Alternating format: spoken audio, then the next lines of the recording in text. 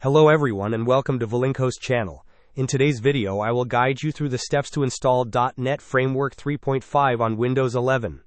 And now, let's get started.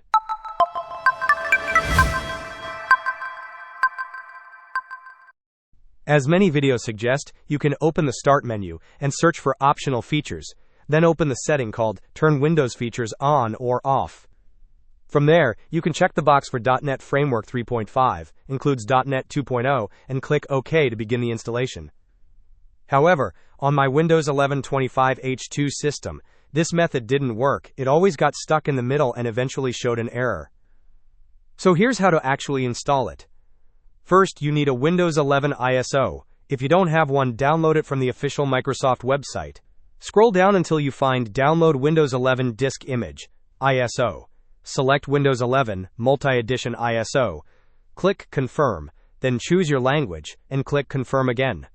After that, click on the 64-bit download button to begin the download.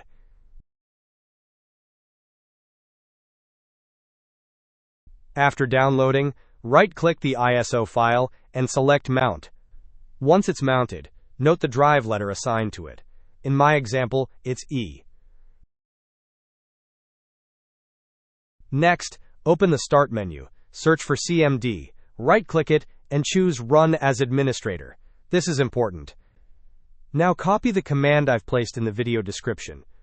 Replace the drive letter in the command with your actual mounted drive letter, then press Enter.